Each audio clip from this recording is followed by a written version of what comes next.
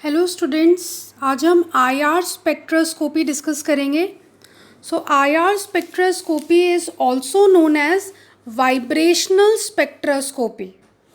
So it is defined as the transition between vibrational energy level of a molecule on the absorption of radiation falling in the spectral range of 625 to 4000 wave number.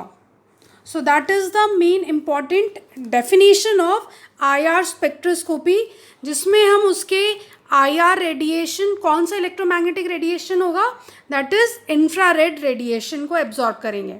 Infrared radiations में कई ranges हैं आपकी. तो ये जो range हम mainly vibrational spectroscopy में use होता है, ये that is middle infrared range. Okay, एक फार इंफ्रारेड रीजन होगा, नियर इंफ्रारेड रीजन होगा और मिडिल इंफ्रारेड रीजन होगा. तो जो हम मेनली डिस्कस करते हैं वो मिडिल और फार का ही रहता है. तो हम मेनली जो रेंज हम ध्यान रखेंगे 4000 टू 625 वेव नंबर. और अगर हम वेव लेंथ के बारे में बात करें, so wave length is that is 2.5 to 16 that is micrometer. That is in terms of wave length. Okay, जो हम मेनली डिटरमाइन करते हैं आईआर स्पेक्ट्रोस्कोपी में मॉलिक्यूल के बारे में क्या इन्फॉर्मेशन देता है, ये मेनली हमें फंक्शनल ग्रुप के बारे में इन्फॉर्मेशन देता है. ठीक है, so IR spectroscopy give the information of the functional group, और अगर फंक्शनल ग्रुप है तो as well as the structure of the molecule. अगर हम यूवी से कंपेयर करें, सो यूवी स्पेक्ट्रोस्कोपी से हमें मॉलिक्यूल के बारे में इंफॉर्मेशन मिल रहा था. दे आर सैचुरेटेड और अनसैचुरेटेड मॉलिक्यूल, मॉलिक्यूल में कंजुगेशन है या नहीं है, ये सारी चीज़ें इन्फॉर्म कर रही थी. यूवी स्पेक्ट्रोस्कोपी को अगर हम आईआर से कंपेयर करें तो यूवी में ट्रांजिशन हो रहा था इलेक्ट्रॉनिक ट्रांजिशन, और आईआर में ट्रांजिशन हो रहा है वाइब्रेशनल ट्रांजिशन. यूवी स्पेक्ट्रोस्कोपी का दूसरा नाम था इलेक्ट्रॉनिक स्पेक्ट्रोस्कोपी, आईआर का दूसरा नाम है वाइब्रेशनल स्पेक्ट्रोस्कोपी. इलेक्ट्रॉनिक स्पेक्ट्रोस्कोपी में अल्ट्रावायलेट रेडिएशन यूज़ हो रहा था और वाइब्रेशनल में आईआर रेडिएशन यूज़ हो रहा है.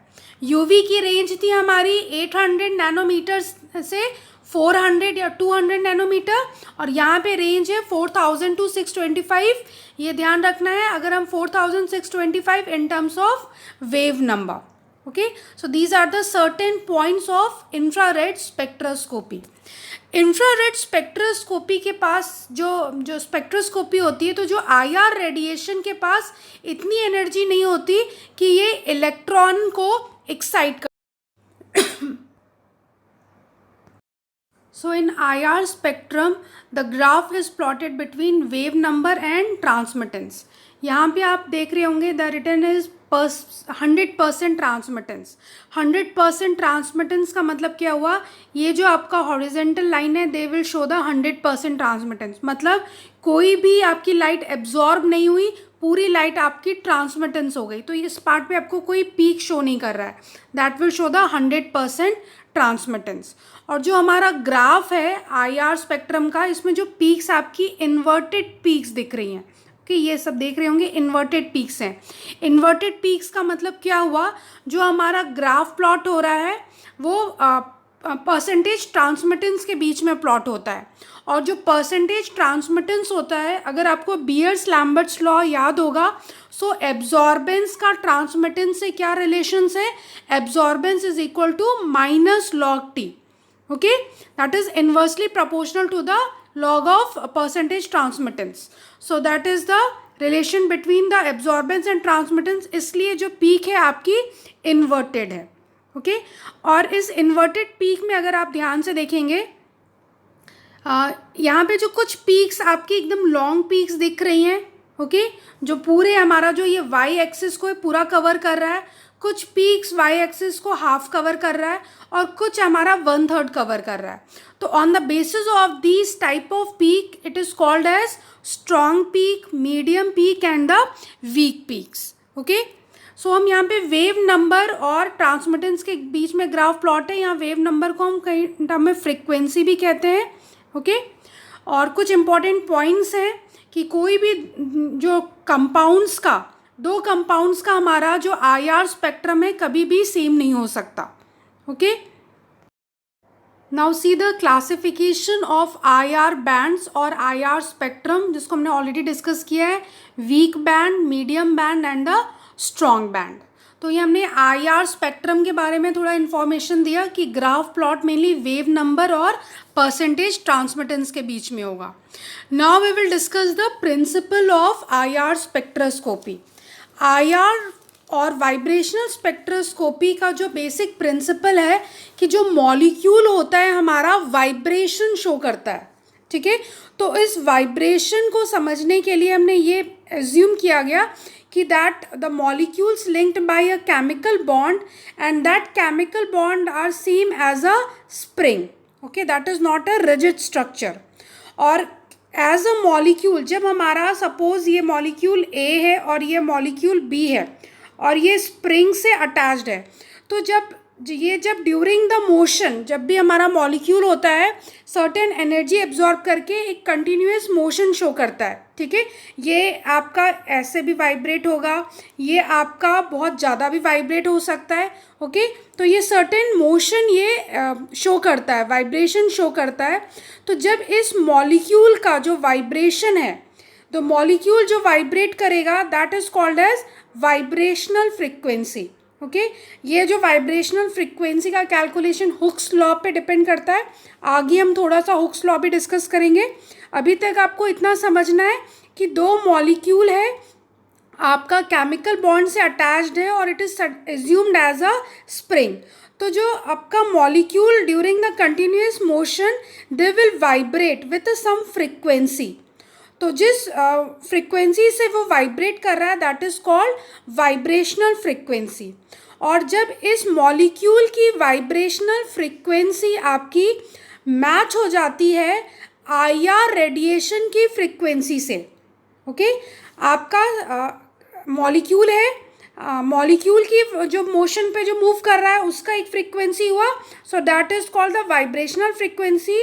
और ये फ्रीक्वेंसी किस उस फ्रीक्वेंसी से वो वाइब्रेट कर रहा है, वो अगर IR रेडिएशन की जो रेंज है 4000 to 625 वेव नंबर, उस फ्रीक्वेंसी से जब मैच कर जाता है तो दोनों के बीच में ट्रांजिशन होगा from ground state to excited state, from ground state to excited state. और ये जब ट्रांजिशन होगा तो हमें IR स्पेक्ट्रम मिलता है, जिसको हमारा डिटेक्टर डिटेक्ट करता है और एज अ ग्राफ प्लॉट करता है, जो अभी हमने देखा था इन्वर्टेड ग्राफ. ओके, सो ये इस तरह से आपका वाइब्रेशनल, आप देख रहे होंगे ये मोशन शो हो रहा है कि आपका मॉलिक्यूल्स वाइब्रेट हो रही हैं. ठीक है, तो इसकी फ्रीक्वेंसी और इंफ्रारेड रेडिएशन की फ्रीक्वेंसी जब मैच कर जाती है तो मॉलिक्यूल ग्राउंड स्टेट से एक्साइटेड स्टेट मूव करता है और इस ट्रांसमिशन को हमारा डिटेक्टर डिटेक्ट करके in the form of IR spectrum send करता है. Okay, so that is the basic principle of IR spectroscopy. Okay, now vibrational frequency के बारे में थोड़ा सा हम डिस्कस करेंगे. हम पूरी तरह से वाइब्रेशनल फ्रीक्वेंसी को डिराइव नहीं कर रहे हैं. सिंपल वाइब्रेशनल फ्रीक्वेंसी कहाँ से आया, ओके, बस हम ये आपको बता रहे हैं. तो हमने सिर्फ फॉर्मूला लिखा हुआ है, यहाँ पे आपके सिलेबस में डेरिवेशन नहीं है. हाँ, एक पॉइंट मैं आपको डिस्कस करना चाहती हूँ कि यूट्यूब में बहुत सारे IR रोटेशनल UV के वीडियोस डले हुए हैं, बट वो वीडियोस बहुत डिटेल्ड में हैं, बहुत अच्छे वीडियोस हैं. आपको एक्स्ट्रा इन्फॉर्मेशन चाहिए तो वो वीडियोस आप देख सकते हैं. बट क्योंकि जब हम रिसर्च वर्क में जाते हैं या इसका पोस्ट ग्रेजुएट करते हैं तो इन स्पेक्ट्रोस्कोपी पे एक एक पेपर होता है. जैसे UV का 100 मार्क्स का पेपर हो गया, IR रेडिएशन का 100 मार्क्स का पेपर हो गया, तो उस वे में उनमें बहुत सारी डिटेल्ड है. अगर आप कंपेरेटिव स्टडी करेंगे मेरे वीडियो से या जो मैं आपको मटेरियल प्रोवाइड कर रही हूँ, बहुत सारी चीज़ें इसमें मेंशन नहीं है. सो इसमें वही चीज़ें मेंशन है जो आपके सिलेबस के पॉइंट ऑफ व्यू से AKTU ने मेंशन किया है. ठीक है, तो उतनी चीज़ें मैं आपको यहाँ पे एक्सप्लेन कर रही हूँ. सो जो वाइब्रेशनल फ्रीक्वेंसी है यहाँ पे सिर्फ हम फॉर्मूला डिस्कस करेंगे। तो इन वाइब्रेशनल फ्रिक्वेंसी जो बेस्ड है that is based upon the Hooke's law. जो हुक्स लॉ है आपका कि इट इज़ एज्यूम दैट कि जो दो हमारा एटम है वो स्प्रिंग से अटैच्ड है। तो जो हमारा एटम हो गया उसका मास हो गया m1 और m2, ओके। और जो हमारा जो एटम के बीच का डिस्टेंस है और जो हमारा जो फोर्स कांस्टेंट है, जो स्ट्रेंथ है, that is called k, that is the strength of that bond, okay. So on the basis of that जो हमारा डेरिवेशन क्या फॉर्मूला है जिस पे बेस्ड हमारे काफ़ी न्यूमेरिकल प्रॉब्लम्स भी हैं। सो जो फॉर्मूला है हमारा दैट इज़ वेव नंबर। यहाँ पे अगर हम फ्रिक्वेंसी लेंगे तो 1/2 करेंगे, और अगर हम वेव नंबर लेंगे तो 1/2 किया हुआ है √k/μ। सिर्फ ये फॉर्मूला आपको ध्यान रखना है, that is the formula for calculating the wave number और वाइब्रेशनल फ्रिक्वेंसी होगा हमारा। सो k/μ है। k हमारा क्या है, फोर्स कांस्टेंट है जो कि बॉन्ड स्ट्रेंथ बताता है हमारा। दैट इज़ द बॉन्ड, आपका बॉन्ड स्ट्रेंथ बता रहा है। तो जो k की वैल्यू होती है आपके जो यूनिट है न्यूटन पर मीटर है, डाइन पर सेंटीमीटर है और ग्राम पर सेकंड स्क्वायर है, ठीक है। ये यूनिट ध्यान रखिएगा, न्यूमेरिकल्स में आप पे क्वेश्चंस चेंज होके आ सकते हैं, कोई भी यूनिट पे आ सकता है, ठीक है। वेव नंबर हो गया, वेव नंबर की यूनिट पर सेकेंड होती है आपकी। और जो मास ऑफ द एटम जो म्यू है हमारा, that this mu is the reduced mass, that is mass हो गया m1 m2 divided by m1 plus m2, that is the reduced mass. और c हो गया हमारा स्पीड ऑफ लाइट। तो अगर हम 1/2πc √k/μ करेंगे that is the wave number, okay. और कई जगह यहाँ पे फ्रिक्वेंसी भी मेंशन की हुई है, हुक्स लॉ अगर आप दूसरे बुक्स देखेंगे तो अगर फ्रिक्वेंसी रहेगा तो it is written as 1/2πc, वहाँ मेंशन नहीं रहेगा, √k/μ। And we know that the wave number is equal to 1/λ और फ्रिक्वेंसी अपॉन c, ओके। इसलिए यहाँ पे 1/2πc किया हुआ है, ठीक है। So based upon this equation आपके कई क्वेश्चन हम सॉल्व करेंगे, न्यूमेरिकल्स भी है। ये हमारा डेटा दिया हुआ है कि कैसे अगर हमारी वैल्यू न्यूटन पर मीटर में है तो उसको हम कैसे ग्राम पर सेकेंड स्क्वायर में कन्वर्ट करेंगे, ठीक है। ये मेंशन है, बहुत ज़्यादा इसमें हम डिटेल में नहीं आ रही हूँ, ये ऑलरेडी आपको पता है। नाउ द नेक्स्ट, जो हुक्स लॉ से जो हमारा वेव नंबर से क्या इन्फॉर्मेशन मिलती है, ये इम्पॉर्टेंट है। इस पे एग्ज़ाम में क्वेश्चंस आते हैं आपके कि जो हमारा वेव नंबर से हमें क्या इन्फॉर्मेशन मिलती है, स्ट्रेंथ ऑफ द बॉन्ड, मतलब फोर्स कांस्टेंट के बारे में इन्फॉर्मेशन मिल सकती है। तो स्ट्रेंथ ऑफ बॉन्ड, जितना ज़्यादा हमारा फोर्स कांस्टेंट होगा उतना ज़्यादा हमारा स्ट्रॉन्ग होगा बॉन्ड और उतना ही हायर हमारी वाइब्रेशनल फ्रिक्वेंसी होगी, ठीक है। So the strength of the bond involve stronger the bond and higher is the vibrational frequency. And the second point है हमारा related to the mass of the atom, okay. और reduced mass, जितना ज़्यादा हमारा higher मास होगा उतना lower हमारी vibrational frequency होगी। ये आप इस फॉर्मूले से भी कंक्लूड कर सकते हैं, ओके। तो इस पे हमारे कई क्वेश्चंस हैं जो आगे हम डिस्कस करेंगे। सो यहाँ पे एक पॉइंट और मेंशन है कि फोर्स कांस्टेंट जो होता है वो क्या मेजर करता है, that measure the bond strength, okay. और बॉन्ड स्ट्रेंथ क्या है, अगर सिंगल बॉन्ड है तो मान लीजिए फोर्स कांस्टेंट 5 × 10⁵ है, और अगर हमारा डबल और ट्रिपल बॉन्ड होगा तो फोर्स कांस्टेंट डबल और ट्रिपल हो जाएगा, ओके। तो मान लीजिए अगर 5 है हमारा सिंगल बॉन्ड का तो डबल बॉन्ड का फोर्स कांस्टेंट 10 हो जाएगा, ट्रिपल बॉन्ड का हमारा फोर्स कांस्टेंट मान लीजिए 15 हो जाएगा। तो जितना ज़्यादा हमारा फोर्स कांस्टेंट होगा उतना स्ट्रॉन्गर बॉन्ड होगा और उतनी स्ट्रॉन्ग हमारी फ्रीक्वेंसी होगी। तो मान लीजिए क्वेश्चन आता है डबल और सिंगल बॉन्ड में तो किसका फ्रीक्वेंसी और एब्जॉर्प्शन ज़्यादा होगा। सो डबल बॉन्ड की फ्रीक्वेंसी और एब्जॉर्प्शन हमारी ज़्यादा होगी on the basis of this point, okay. Now ये रिड्यूस मास को भी हमने डिस्कस किया हुआ है कि जितना ज़्यादा रिड्यूस मास उतना लोअर हमारी वाइब्रेशनल फ्रिक्वेंसी। ओके, तो ये कुछ डेटा दिया हुआ है, on the basis of that आप इसको अब देख लीजिएगा, इससे रिलेटेड हमने ऑलरेडी एक्सप्लेन किया हुआ है। Now the next, the condition of IR absorption. So condition of IR absorption, the most important condition is that molecule show the change in dipole moment during vibration. Okay, so अब आपका question होगा क्या during the vibration dipole moment change हो रहा है?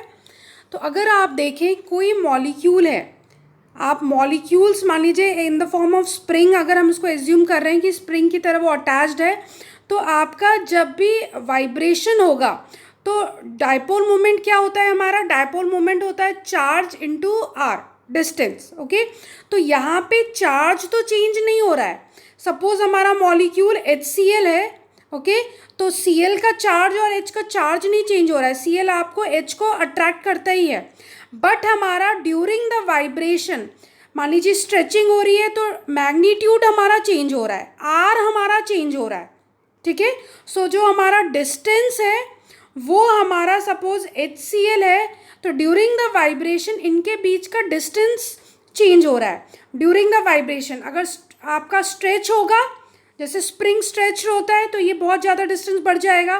Compressed करेंगे तो ये हमारा फिर से अपने पोजीशन पे आ जाएगा। सो ड्यूरिंग द वाइब्रेशन क्या होगा, हम चेंज इन डायपोल मोमेंट का मतलब क्या हुआ कि चार्ज नहीं चेंज हो रहा है, हमारा इनके बीच का मैग्नीट्यूड चेंज हो रहा है। ओके, डिस्टेंस चेंज हो रहा है। ठीक है, सो इन दिस वे दे जो condition for IR spectroscopy is that the molecule must show the change in dipole moment. Okay, and the second point is the जो इलेक्ट्रोमैग्नेटिक रेडिएशन होना चाहिए, they will satisfy the IR range को satisfy करना चाहिए। The frequency of vibration must satisfy the infrared radiation, electromagnetic radiation को satisfy करना चाहिए। ठीक है, और जो हमारा फ्रीक्वेंसी ऑफ वाइब्रेशन है, मॉलिक्यूल की फ्रीक्वेंसी और IR रेडिएशन की फ्रीक्वेंसी सेम होनी चाहिए। So that is the important point, that molecule must show the IR absorption if they will show change in dipole moment during vibration. इस change in dipole moment during vibration को हम IR active और inactive molecule से explain करते हैं।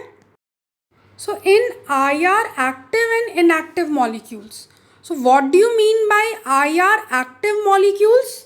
The IR active are those molecules which undergo net change in dipole moment during vibration. और IR inactive किस तरह के molecules होंगे? सारे homonuclear diatomic molecules, जिसमें कि dipole moment होता ही नहीं है, and they will not show the change in dipole moment. Okay, ना इसमें dipole moment होता है और ना change in dipole moment show होता है। चेंज इन डायपोल मोमेंट का मतलब क्या हुआ कि हम आगे कुछ ऐसे भी मॉलिक्यूल्स देखेंगे जिसमें कोई भी डायपोल मोमेंट नहीं है, बट फिर भी वो हमारा IR एक्टिव मॉलिक्यूल शो हो रहा है। आगे भी हम डिस्कस करते हैं। यहाँ तक हम अभी देख रहे हैं कि जो भी मॉलिक्यूल्स जो हमारे नॉन पोलर मॉलिक्यूल्स हैं, non polars homonuclear diatomic, non polar मतलब जो इसके डायटोमिक मॉलिक्यूल्स होमोन्यूक्लियर होंगे, all are the IR inactive molecules. Okay, क्यों ये IR इनएक्टिव है? क्योंकि उनमें डायपोल मूवमेंट नहीं है और IR रेडिएशन एब्जॉर्ब करने के बाद भी उनमें डायपोल मूवमेंट क्रिएट नहीं होता। That's why we written here as the change in dipole movements. और किस तरह के मॉलिक्यूल्स हमारे IR एक्टिव होंगे? हमारे polyatomic molecules, heteronuclear diatomic molecules, mainly the polar molecules जो होंगे वो IR एक्टिव होंगे, क्योंकि उनमें डायपोल मूवमेंट होता है, net change in dipole movement during vibration. मतलब वाइब्रेशन को, जब वाइब्रेशंस मॉलिक्यूल में होता है तो IR रेडिएशन को एब्जॉर्ब करके उसका डायपोल मूवमेंट चेंज हो जाता है। तो कुछ एग्जाम्पल्स तो यहाँ पे ऑलरेडी मेंशन है, एक और एग्जाम्पल हम मेंशन करेंगे आपका, दैट इज CO2 मॉलिक्यूल का एग्जाम्पल है हमारा। CO2 मॉलिक्यूल को हम देखते हैं तो CO2 मॉलिक्यूल का डायपोल मोमेंट नहीं होता, बट ये मॉलिक्यूल IR एक्टिव है।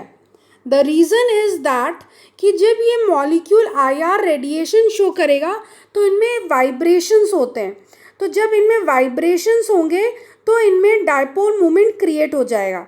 जैसे मान लीजिए C और O है, तो आपकी यहाँ से स्ट्रेचिंग हुई और यहाँ पे कंप्रेस्ड हो गया, तो ये इसका मैग्नीट्यूड चेंज हो गया।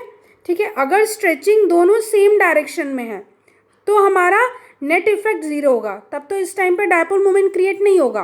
बट अगर ऐसी स्ट्रेचिंग या हमारा वाइब्रेशन होगा कि एक बॉन्ड तो स्ट्रेच हो रहा है और दूसरा बॉन्ड हमारा कंप्रेस्ड हो रहा है, तो इस टाइम पे इस पर हमारा डायपोल मोमेंट क्रिएट हो जाता है and that molecule show the change in dipole moment और that show the vibrational spectroscopy, और ये इस तरह के मॉलिक्यूल IR एक्टिव होंगे। ठीक है, सो जो हमारा IR स्पेक्ट्रोस्कोपी के लिए जो इम्पॉर्टेंट कंडीशन है, the condition is that the molecule must be show the change in dipole moment. तो यहाँ पे एक पॉइंट आप देख रहे होंगे कि it is not necessary that polyatomic molecule show the permanent dipole moment to exhibit IR absorption. कुछ मॉलिक्यूल्स डायपोल मोमेंट नहीं है बट फिर भी वो IR स्पेक्ट्रोस्कोपी शो करते। Here in this slide also explain why the homodiatomic molecules or non-polar molecules are IR inactive, because here there is a no change in the electric dipole moment। यहाँ पे कोई भी change नहीं हो रहा है during the vibration the electric dipole moment में। ठीक है, तो in this molecule there is आपका IR रेडिएशन ये एब्जॉर्ब नहीं करेगा। That's why all homonuclear diatomic molecules do not absorb IR radiation, that's why they are IR inactive molecules. और जो molecule change in dipole moment show करते हैं that molecules are IR active, जैसे HCl हो गया, HF हो गया, all are the polar molecules हो गए आपके। ठीक है, all they show the IR active. हमारा NO2 हो गया, H2O हो गया, CO2 डायपोल मोमेंट ज़ीरो है बट वो change in dipole moment show कर रहा है, that's why it is called IR active molecules. Now the next one is the selection rule for IR transitions. Okay, इस पे भी 2 मार्क्स के questions आते हैं। What are the selection rules for IR transitions. So जो हमारा पहला point है IR रेडिएशन के लिए इंपॉर्टेंट कंडीशन क्या हो गया, the molecule show the change in dipole moment. And second हो गया that is del V is equal to +-1। इसका मतलब क्या हुआ, डेल V हो गया हमारा transition from one state to another state. Okay, one vibrational level to another vibrational level. जो हमारा स्पेक्ट्रोस्कोपी की हम बात करें तो स्पेक्ट्रोस्कोपी में जो भी ट्रांजिशंस होते हैं वो ट्रांजिशन हमारे क्वांटाइज्ड होते हैं, दैट इज QUANTISIED,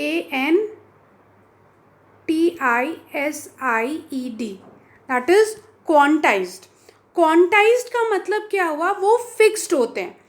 जैसे कि मान लीजिए अगर हमें चलना है, अगर हमें स्टेप चलना है तो आपका स्टेप कितना हो सकता है, आपका स्टेप सपोज़ कितना आप स्टेप कर सकते हो। एक स्टेप चलने के लिए आप मान लीजिए कुछ मीटर भी चल सकते हैं। ठीक है, कुछ लोग बहुत लॉन्ग स्टेप लेते हैं, कुछ लोग बहुत शॉर्ट स्टेप लेते हैं। ठीक है, जैसे मान लीजिए स्टेप आपका इतना बड़ा भी हो सकता है, आपका स्टेप इतना बड़ा भी हो सकता है, आपका स्टेप इतना बड़ा भी हो सकता है। सो इसको हम क्वांटाइज नहीं बोलेंगे, ये फिक्स नहीं हुआ। आपका कुछ भी स्टेप हो सकता है चलने के लिए, कितना बड़ा भी आप स्टेप कर सकते हो।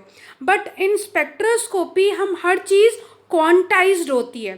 क्वांटाइज का मतलब फिक्स्ड होती है। मतलब स्पेक्ट्रोस्कोपी में क्योंकि ये जो मॉलिक्यूल्स होते हैं बहुत माइन्यूट होते हैं, बहुत वो हमारे नॉर्मल नेकेड आई से हम इसको देख भी नहीं सकते, तो इनका जो मूवमेंट है फिक्स रहता है। ये कभी भी कोई भी स्टेप नहीं करेंगे। ऐसा नहीं है कि ये 0 से 3 चल देंगे या 0 से ये 0.2 चलेंगे। ठीक है, ये इनका फिक्स्ड होता है। सो यहाँ पे जो IR स्पेक्ट्रोस्कोपी में जो इनका सिलेक्शन रूल है, दे विल शो +-1। मतलब ये आपका 0 to 1 चलेंगे या 1 to 2, 2 to 3 चलेंगे. सो आप क्या देख रहे हैं, सिर्फ +1 या 2 to 1 चलेंगे या -1 चलेंगे. So that is the quantized. तो जो भी हम बात करते हैं स्पेक्ट्रोस्कोपी में, तो इनका जो मूवमेंट या ट्रांजिशन होता है क्वांटाइज्ड है. ऐसा नहीं कि कोई भी आप एनर्जी लिया और ये 0 से 5.5 ट्रांजिशन चले गए. नो, ये 0 to 1 ही जाएंगे, 1 से 2 जाएंगे, 2 से 3, 3 से 4 एंड देन 4 से 5 जाएंगे.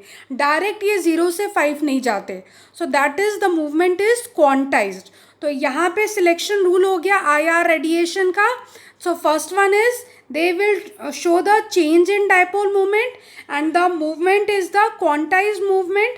और जो movement होगा +-1 होगा, that is transition from one vibrational level to another vibrational levels. Okay, so आज के क्लास के लिए हम इतना ही डिस्कस करेंगे. Thank you.